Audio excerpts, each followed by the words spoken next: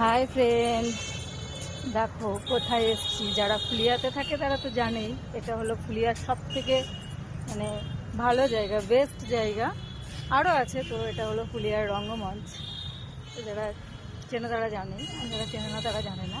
একটু এসেছিলাম দরকারে, তো ভাবছি যে ভিডিওই করে নিই, এখানে ভিডিও করাই হয় না। তো জায়গাটা কেমন লাগছে দেখো, রবীন্দ্রনাথ ঠাকুরের শহীদ স্মরণ। এটা আমাদের ফুলিয়ার সব থেকে যদি ব্যস্তবহুল জায়গা হয় তো এটা। ছেলের একটু দরকারেই বেরিয়েছিলাম, হট করে বললো মা একটু দরকার আছে, অবশ্যই যেতে হবে, আসলাম। তো আমি যে এখানে একটা ভিডিও ক্লিপ নিয়ে নিই, আর একটু ঠান্ডা খাবো। প্রচুর গরম লাগছে, বৃষ্টি হচ্ছে বাট গরম কমছে না।